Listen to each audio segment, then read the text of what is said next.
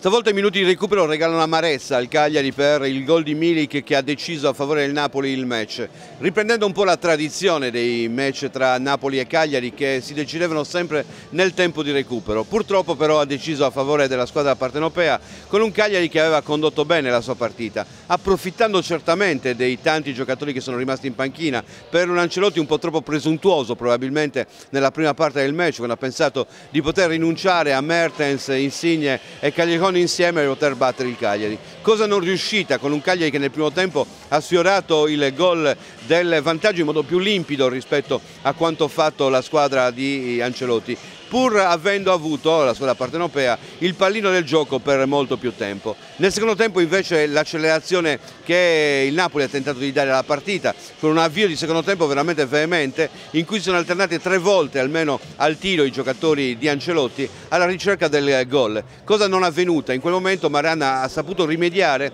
passando a un 5-3-2 che ha limitato l'azione del Napoli, che è stato costretto a mettere in campo i suoi gioielli per un finale all'attacco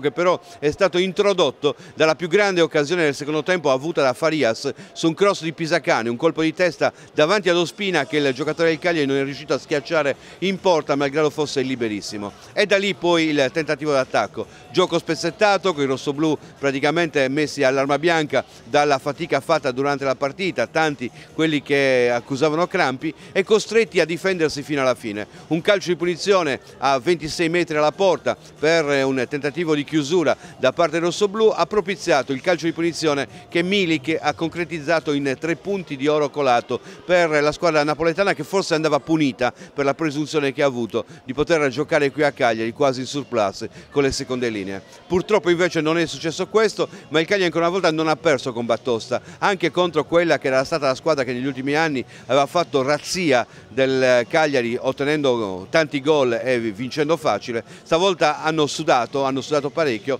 dimostrando in questo caso che la tenuta della squadra di Maran è una tenuta che può dire la sua anche nel prossimo match contro la Lazio in trasferta, altra partita difficilissima prima di chiudere l'anno con 2 partite più abbordabili, la partita interna con il Genoa e quella in trasferta con l'Udinese.